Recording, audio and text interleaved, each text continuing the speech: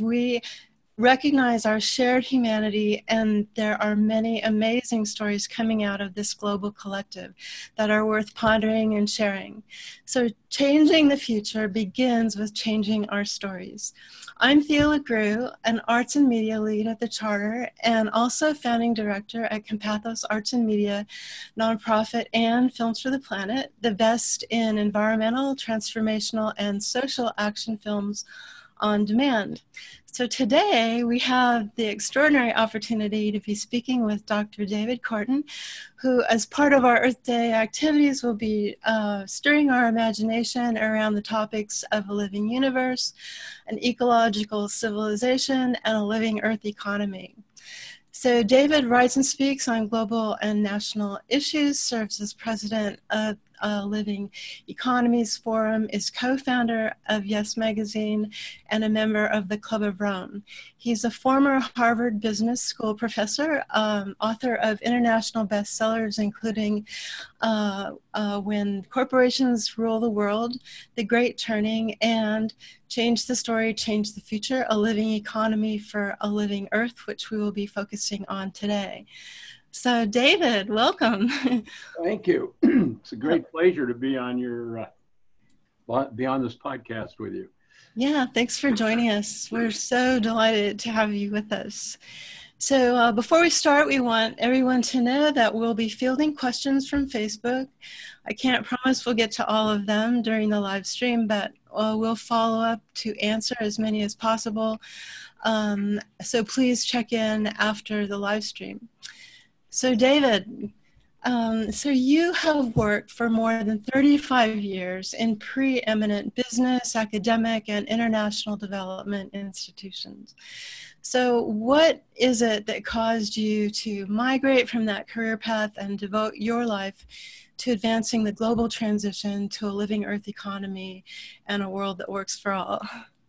You asked good questions. This was a long sort of turning process.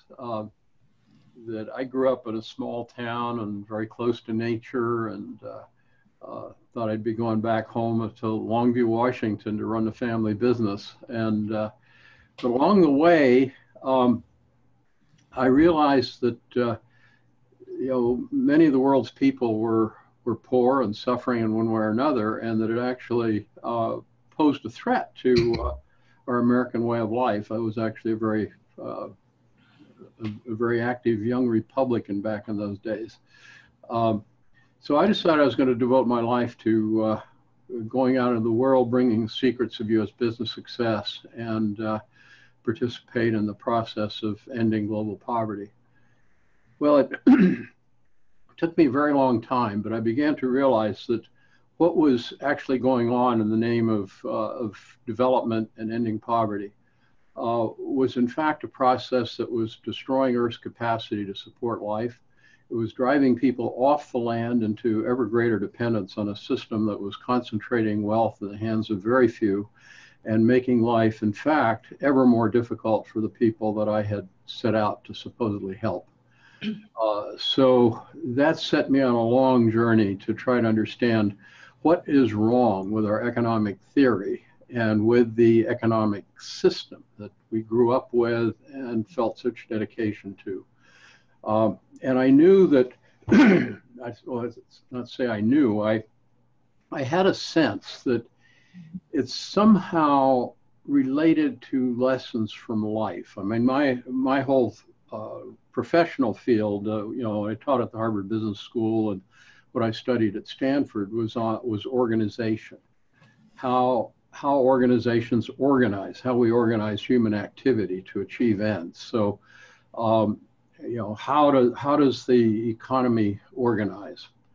So, but I was pretty clear that our conventional stories about life and how life organizes, the kind of Darwinian framework of unrelenting competition and violence against each other for survival, somehow did not seem to resonate with what we needed to move to. And one of the defining experiences of my life was meeting a woman, a microbiologist named Meiwan Ho, who has since passed. But she was familiar with my work, and she said, David, I want to introduce you to the new biology. So, oh, what's that? She says, well, I'm a new biologist. Now, a conventional biologist will take a living cell, grind it up, study its chemical composition, and think they have learned something about life. And that, of course, all relates to this sort of mechanistic story of Western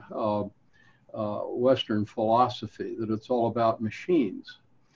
She says, I take a living cell and I study how it manages the flows of energy, nutrients, water, and information. And then how in our body, the tens of trillions of cells in our individual body work together, managing these flows. And it all takes place in this incredible way that we're only just on the very fringes of beginning to understand. But it is the process that makes it possible for this amazing thing that we consider our body to exist as a crucible of our consciousness and the locus of our agency, our ability to act in the world. So I thought, wow, that is incredible. That as you get down, there are these frontiers of science that as you begin to understand it, life at its deeper level, are recognizing that life is a fundamentally cooperative activity and that it is extraordinarily interdependent, and it exists only as a cooperative community. And wow, now there is a framework for us to rethink human civilization, rethink our economies, rethink who we are, what our human possibility is, and get on with creating a world that actually works for all people, actualizing the most advanced possibilities of what it means to be human. So anyhow, that's the short answer to your question. Yeah, thank you.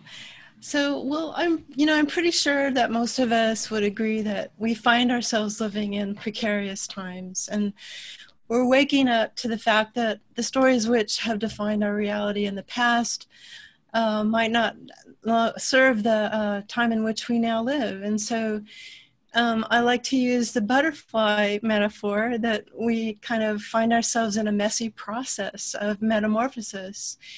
And we're in between old and new narratives.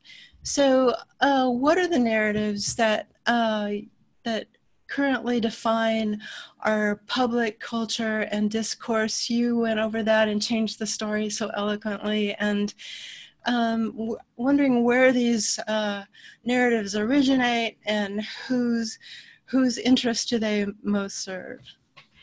Yeah, in that book, I focused particularly on the, we might call the Western narratives. It gets a little more complicated when you get into the Eastern cultures, but basically, for a very long time, we have been organizing around two narratives. The longest term is the narrative of the distant patriarch, that it's all about a distant God who is all-knowing and all-powerful, who created everything, and who essentially determines our future. And that puts us in the position of trying to figure out what the big guy wants and get on his good side, because within the very literal interpretation of that form of that story, our primary purpose here on Earth is to figure out what he wants, get on his good side, so we get a place by his side in the afterlife. Now, I've gradually figured out that monotheistic, that kind of narrow sort of monotheistic frame was actually a creation of the 5,000 human years of empire.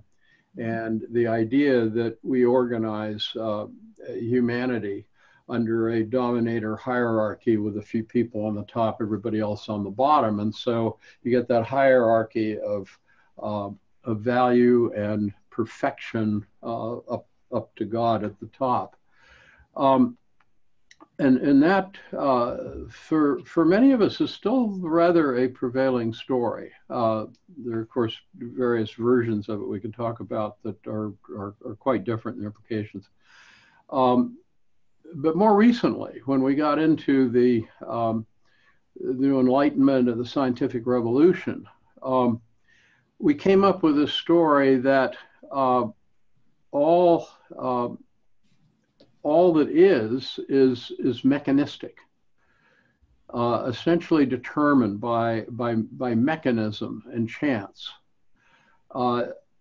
And within that, that's the basic frame of science, which gets us into this very careful study of the microsystems of science. Things are related, but only in a mechanistic way. And there's essentially a complete denial of consciousness, intelligence, spirit, of all the things that in fact make us living beings, self-organizing beings. Mm. And if you think about it, if you really get into that mechanistic frame, it destroys all sense of purpose and meaning. And if there's one thing that's characteristic of us humans, it's our search, our need for meaning, a sense of purpose, an answer to the question of why are we here? What, in a very deep sense, it's what is our contribution to the whole? And if we don't have some source of sense of meaning, it creates a huge loneliness. And is very mentally destructive. Now, what's happened is the economist has sort of stepped into that void in our Western consciousness and said, here, we offer you purpose. Our purpose is to make money to grow our consumption. And this is part of what you begin to realize, that our whole economic system is geared to this idea that our whole purpose as humans and as a society is to increase consumption, to make money so that our financial assets as individuals, but also as a society, are continuously growing. Now, this framing story becomes particularly destructive and is utterly insane because it puts us into a frame of destroying life, abusing and exploiting both nature and work and labor, all to make money, which, if you really understand money, it's nothing but a number on a computer hard drive. It has no existence in nature. Nothing in nature can recognize it. It literally has no existence outside the human mind. And yet we organize our whole global society around growing these ultimately meaningless numbers. Now, the way we're structured, money does become very important to us as individuals, because if we don't have it within our current economic system, we have absolutely no access to food, increasingly access to water, to education, to healthcare, to any of the things that are absolutely essential for us to live. But as a society, the idea that we're getting richer as a society by making money is absurd. It's like one day we're going to wake up and realize, wow, our soil no longer produces food, our water is all contaminated, our weather system is going crazy with droughts and floods and extreme temperatures and so forth, and forest fires. But wow, somewhere I've got this computer hard drive here someplace, and it's got these very big numbers on it that say that in fact I'm very rich. And that's exactly what we are managing our whole human system to maximize. And it really raises the question of whether we are indeed an intelligent species or whether we are collectively insane. Now, our hope comes from the fact that more and more people are waking up to the insanity of what we're doing, and we're beginning to look for, explore, seek out different ways of living, of organizing, and of understanding our nature and our relationship to living Earth. So I think we're definitely in the midst of that wake up. It's kind of like there's two wake up calls. One is the first is more of a rude awakening. We're realizing that there are limits to what the earth can produce for, that we're consuming faster than what the earth can replenish or regenerate. And, there's so many consequences for that. And so can you kind of describe some of the social and the ecological fabric that's unraveling in terms of this economic imbalance, to our commons, to our biodiversity? And can we, do you think, restore a sense of balance in time, or are we just like headed over this proverbial cliff, if you will? Yeah, well, we in fact are headed over a cliff. The question of whether we have time to turn it around or whether it's already too late is a question I can't answer, and I don't know anyone who can. But what I do know is that if we assume it's too late and that it's all over, we create a self-fulfilling prophecy. So the only rational thing for us to do as a species is to assume that we still have the opportunity to save ourselves, and to do that we absolutely have to save Earth and facilitate Earth's healing, the restoration of its capacity to sustain life. Awesome. And we have to mobilize to do everything we can to move back into that balance. Now, in terms of just understanding the extremity of the imbalances we have created, it's summed up very nicely in two statistics. That overall, if you take our total global human consumption as a species, by our very best estimates, that consumption is 1.7 times what Earth can sustain. So that's overshoot. Now, socially, we have 8 individual single human beings whose total wealth equals more than the total wealth of the poorest half of humanity. That is the most extreme inequality ever in the human experience. And it's continuing to grow, just as the total human consumption and the excess burden on Earth continues to grow. So you put these two statistics together and you begin to get a sense of the speed and the maldirection in which we are heading. So that defines the problem. And so basically what we have to get in our heads is that we've got to respond as if we were under attack by some alien species from outer space, but recognizing that in fact the enemy is us, as Pogo once said. And by raising our own awareness that we are living beings, that life exists only in communities that self-organize to create and maintain the conditions of their own existence. And that is how we have to learn to live, that we exist only as contributing, cooperative members of Earth's living community.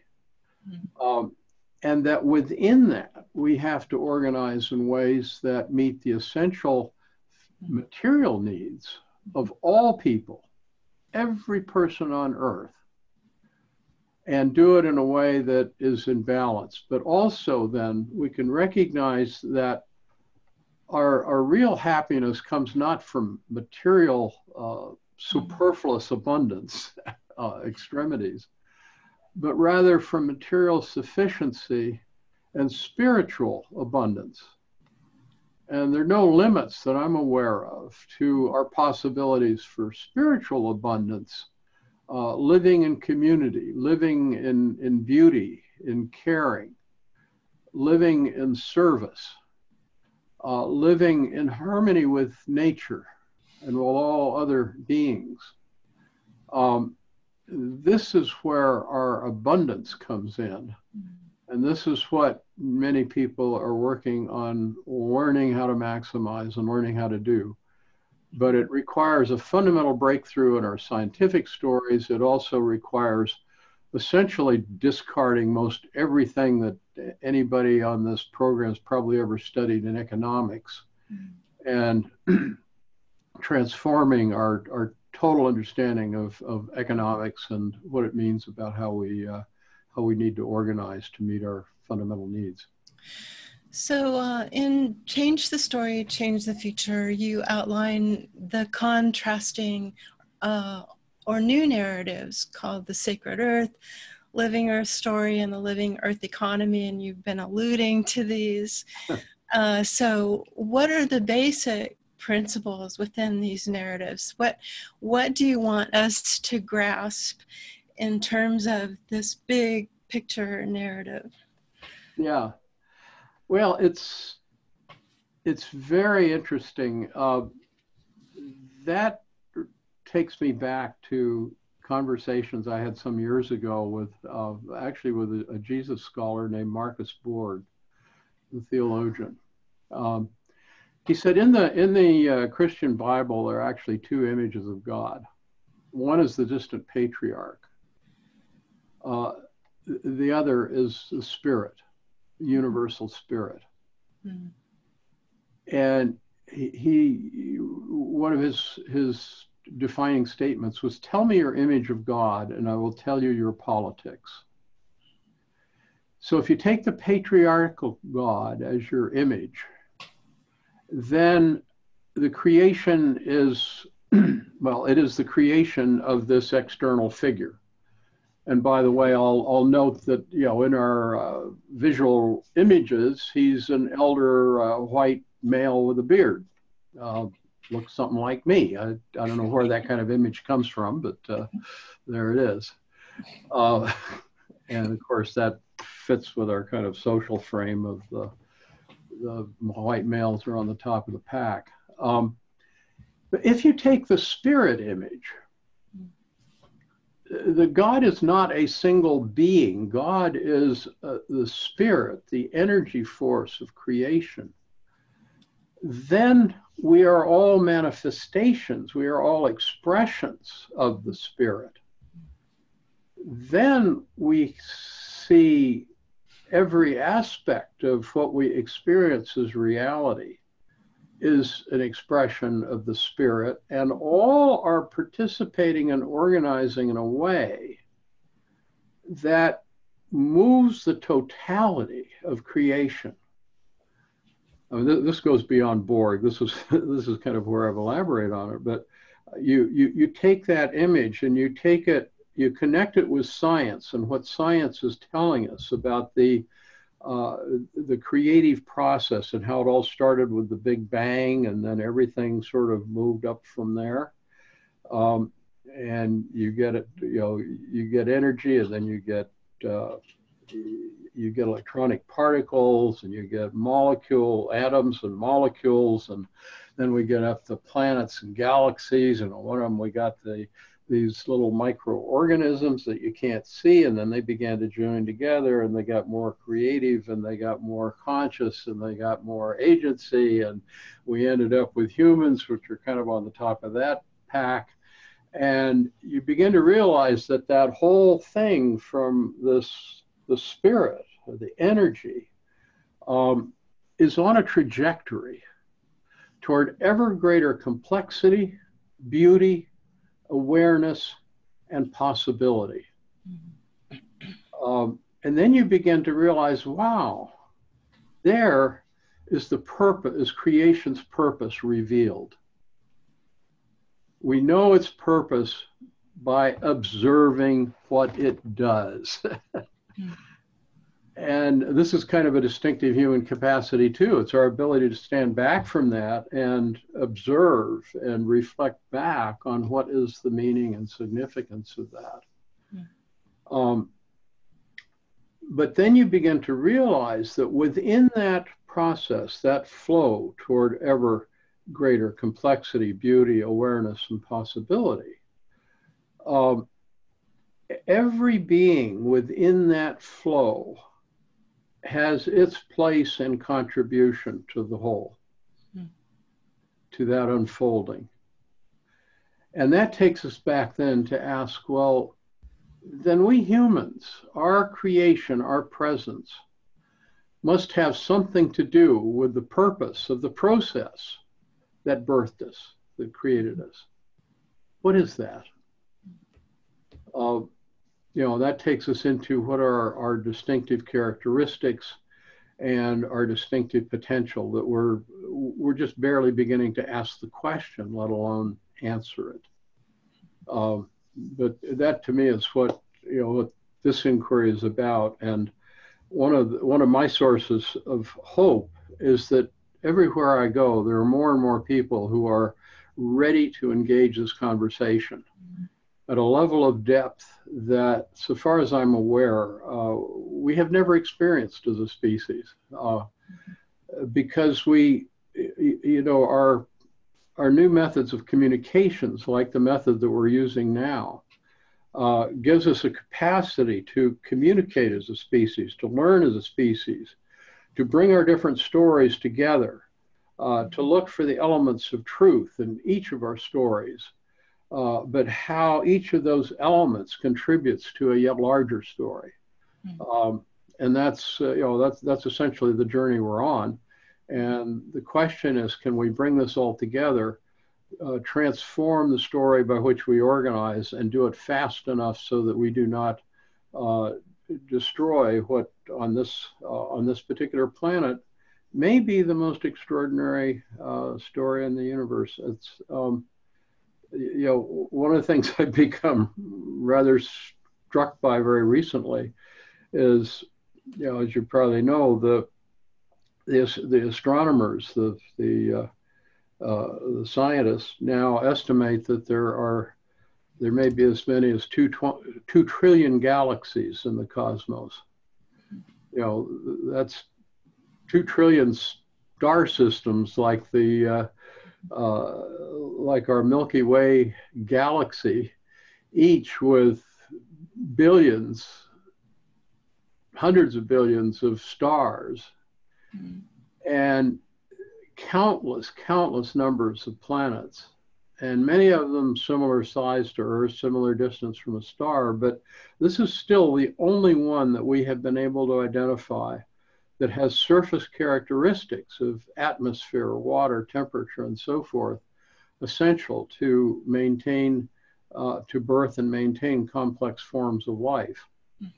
So, at least so far as we know, we are still unique, and we humans are unique within these 2 trillion galaxies. That puts an enormous responsibility on us to get this right. So, referring to a new awareness that will lead to an ecological civilization, you've said that you believe that we are, in fact, being called to take a step into a new level of species consciousness and function. And sometimes it's really hard to imagine ourselves doing that. There's such a quagmire, and again, referring to the metamorphosis. So how does the living universe and Earth community provide an underlying frame for the story of a new economy? How do you see all of this kind of working together, from the universal kind of viewpoint down to the community viewpoint, and how do things self-organize? How do you see a new economy self-organizing within these frameworks? Yeah, you ask extremely good questions. Thank you. You know, in some ways it starts with recognizing that we organize around stories.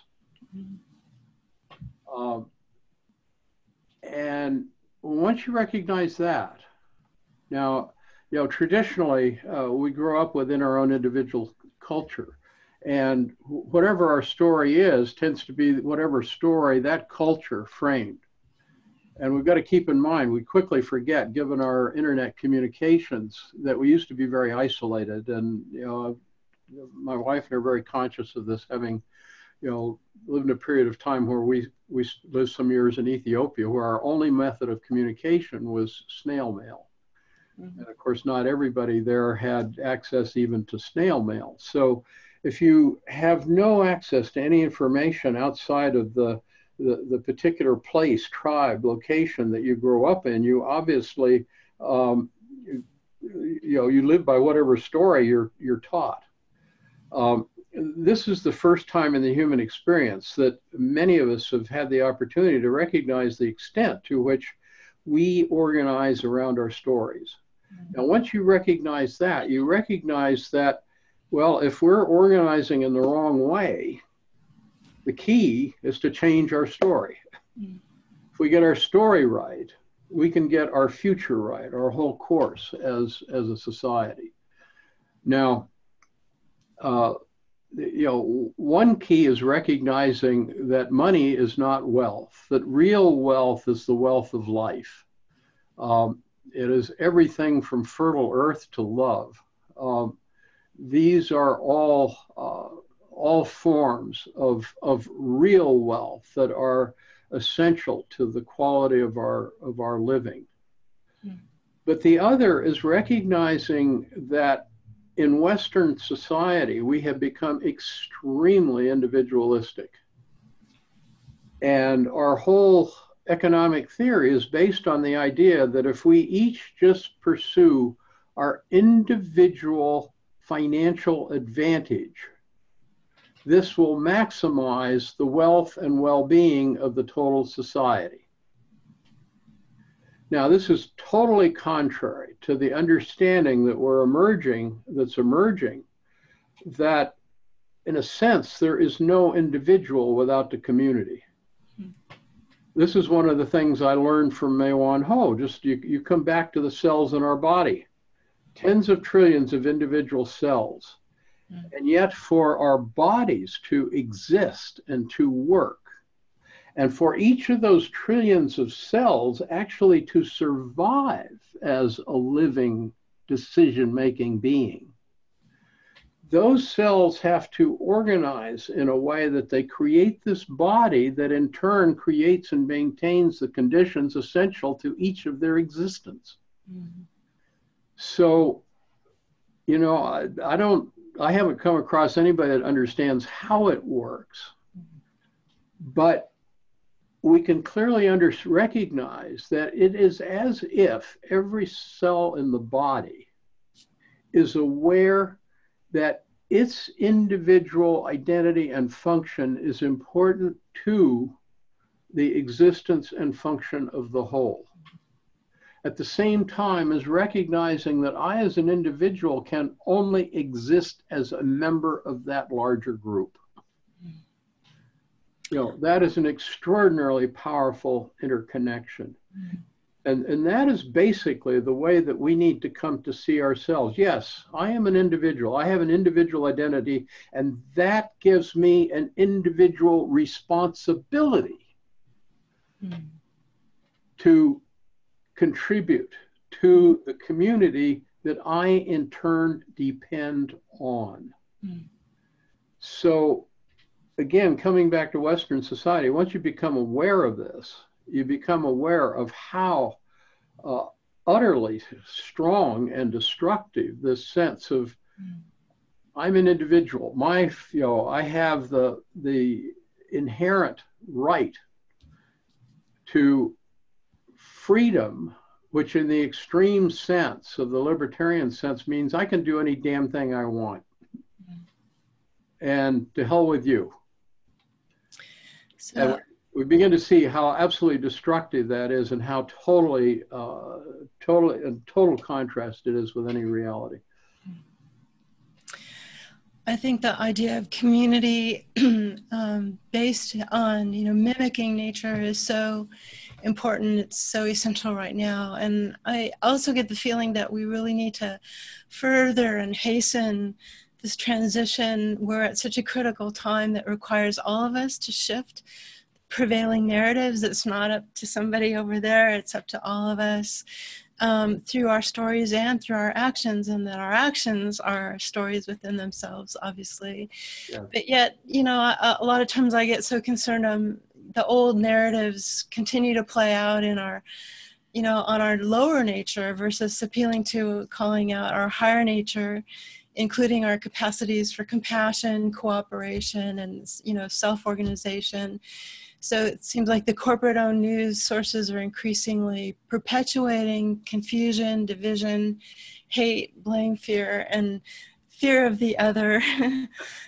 Exploitation and consumerism. They're all kind of manufactured realities. And you've referred to these stories and as an illusion, veiling fundamental truths, about who we are as living beings in relationship to the living earth. And so I think there's a huge opportunity here, for transformative truths that are presenting themselves now. And thank you for bringing these truths to light that we can, contemplate and think about. So, in your opinion, what are the stories that will unite us rather than divide us in making this and hastening this transition, and a connection to nature and to caring for nature that are essential foundations to human health and happiness?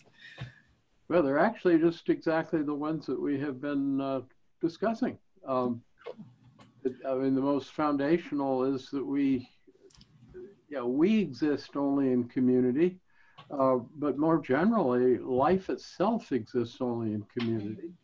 And you can extend that out, that the whole of creation is the self-organizing process by which this incredibly complex cosmos has emerged out of a cloud of energy or cloud of spirit. Now, the other question, which I think is what you're struggling for, what within this is our source of hope? And this is the thing that I find so, well, in some ways it's amazing, but it is the primary source of hope. And that is that once people hear this story, most people, if they are not, sort of permanently destroyed in their humanity and their capacity to recognize what makes them human, recognize the truth of the story instantly. Now, excuse me.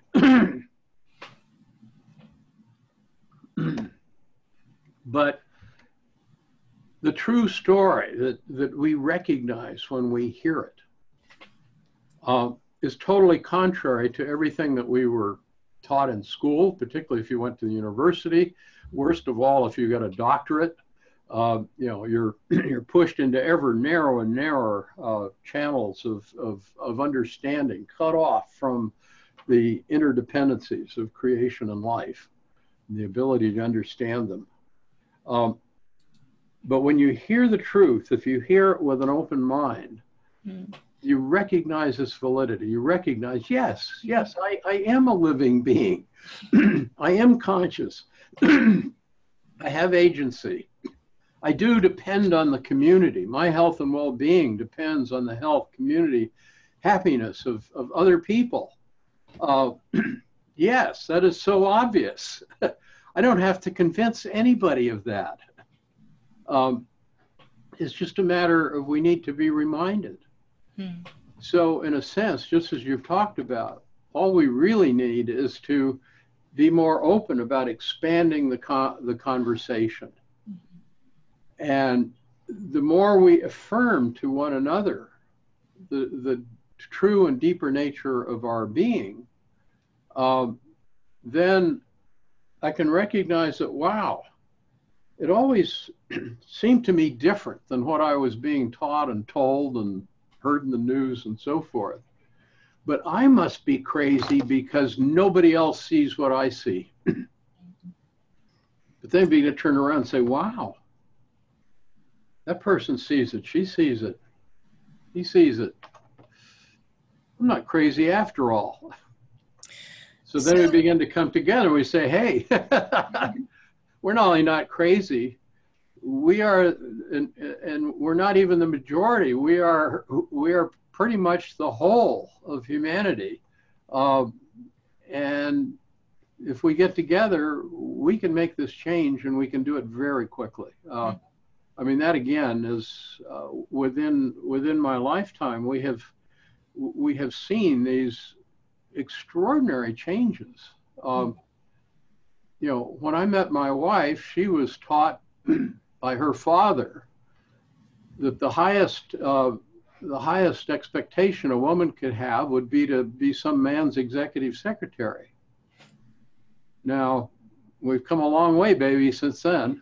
Yeah, we're not there yet, but it's an example of how fast things change. When I was a child, so many of my generation, I had the experience being down in the South in Florida, and rode on a bus where people of color had to sit in the back of the bus. That I was just so automatically outraged by that, I went and sat in the back of the bus. But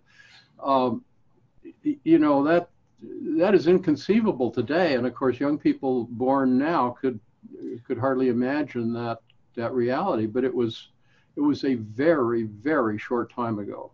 Mm-hmm. Which is a demonstration of how fast things are changing, how fast things can change. And but what we need to do now has got to be even a whole lot faster than any of that. But it is possible because we now have this communication capability that we're using right here to communicate in a way that our species has never been able to communicate before in all of our thousands of years of history. So I have a couple questions here or comments in the chat that I'd like to bring to your attention. This is from Lynn. She says, I love your work, David. Do you have connections to help create legislation, advertising, and marketing for community enlightenment wellness service centers where people are taught and taken to these centers to find out why they're angry and upset? All human being answers are within each person. Can we create new community inner peace keeper jobs, inner peace police? A time to unite all human beings from inside and out to get militarize, to stand down and go green. So anyway, that is an interesting, there's a lot people are thinking about here. Do you have does anything come to mind for that question?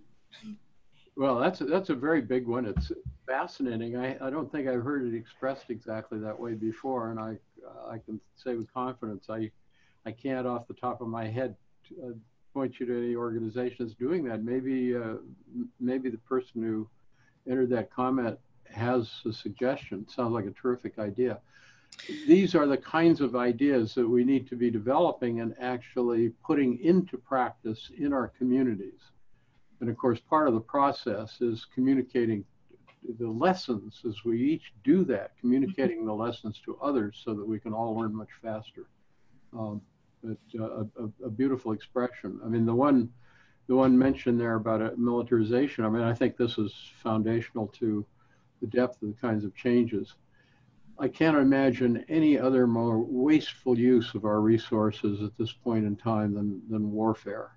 Mm-hmm. And yet, a major amount of the human burden on Earth is a consequence of militarization, military weaponry, and so forth. And we certainly by now ought to be beyond the point of recognizing that warfare in our current world serves no useful function, and it must absolutely come to an end. Mm. So, changing our future begins with changing our stories, as well as dreaming into and imagining the future that works for all. So, as you say, this is a work that's already underway, and it ultimately calls out for the participation of every person on the planet. So with that, I'd like to share a couple quotes on the imagination. Stephen Covey says every human has four endowments: self-awareness, consciousness, independent will, and creative imagination. So this gives us the ultimate human freedom, the power to choose, to respond, and to change. And then also, one of my favorites, I love Einstein saying that imagination is more important than knowledge, and knowledge is limited, but imagination encircles the world. And that reminds me of how all these stories now are starting to encircle the world, encircle the planet, and it's exciting a time for all this to be happening. So the question is for David, but I would love it if everyone could contemplate this question. And it's if we were to take an imagination journey into the future, what would an earth renaissance of awe and enlightenment, a universal cohesion and symbiotic relationship with the earth look like for you? It's kind of like a new global species. What does that truly look like? What do you imagine? So feel free to reply in the chat area if something comes to mind. That would be great. We'd love to hear about it. And but this is important. We're so bombarded with negative news and stories of dystopia. So we are the dreamers. We are the storytellers. We are the bearers of the future.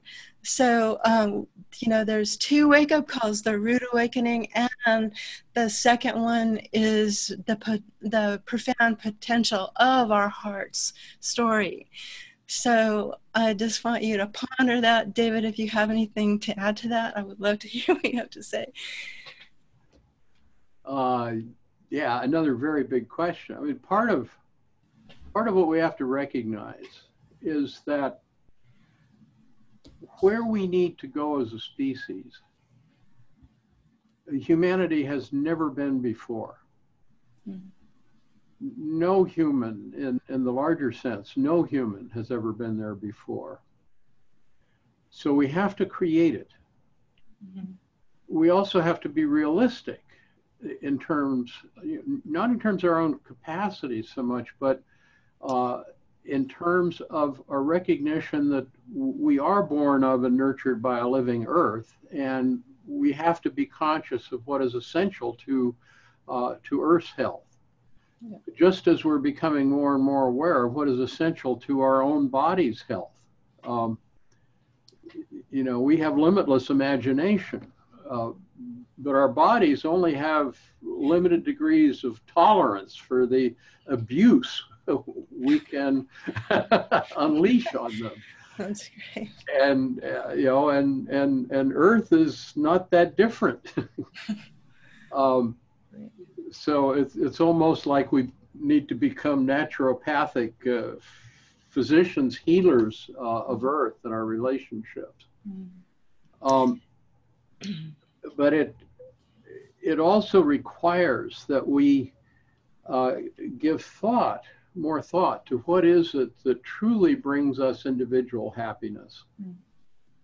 And one of the things that's so striking to me is the contrast between, the economic premise that we should each pursue what makes us the most individual money. Mm. If we think about what brings us the most individual happiness, it is in fact when we are being of greatest service to others. Mm. So imagine that if we got into our individualism and it's about me. If I really want to be about me, it takes me to the question of how can I be of greatest service to other living beings. Mm. And then so suddenly it's no longer about me. That's It's about beautiful. the whole. It's about the community. Mm. Uh, Absolutely. and that may be the key to our turning. Yeah. Well, it definitely takes courage and imagination to own and embody a new vision of reality, you know, not only for ourselves, but for our community and for the world. So now is the time to listen to our heart story and the heart story of others. And, you know, I think that, you know, what you've said, it's so important to own and live into our story within the community context. Absolutely. That's just part of the adventure that I think is ahead of us, and to have listening hearts and to explore our imagination and what's happening around us, and to build that new narrative. So with that, if there's we're almost at the end of our hour, so I would like to say that we have some resources for everybody. If you are interested in learning more about the topic of future dreaming and changing the story, changing the future, and if you're interested in especially initiating a conversation around these topics in your community, we've compiled a number of resources on Films for the Planet. So, and I'll be leaving a link in the chat here shortly, but to go to filmsfortheplanet.com and you can join and register and go to the member circle to find the Future Dreaming program. So there you'll find a free documentary entitled Future Dreaming, which features a conversation with the brilliant David Martin, and two brilliant Davids here today. And special thanks to director Kea Finlinson for allowing us to stream this film for free during the entire month of April. So we're super excited about that. And you can find links to a summary of Change the Future, as well as community discussion guidelines for you know, facilitating discussions around this in your community. So we also have toolkits to engage our community, your community, in film and action learning.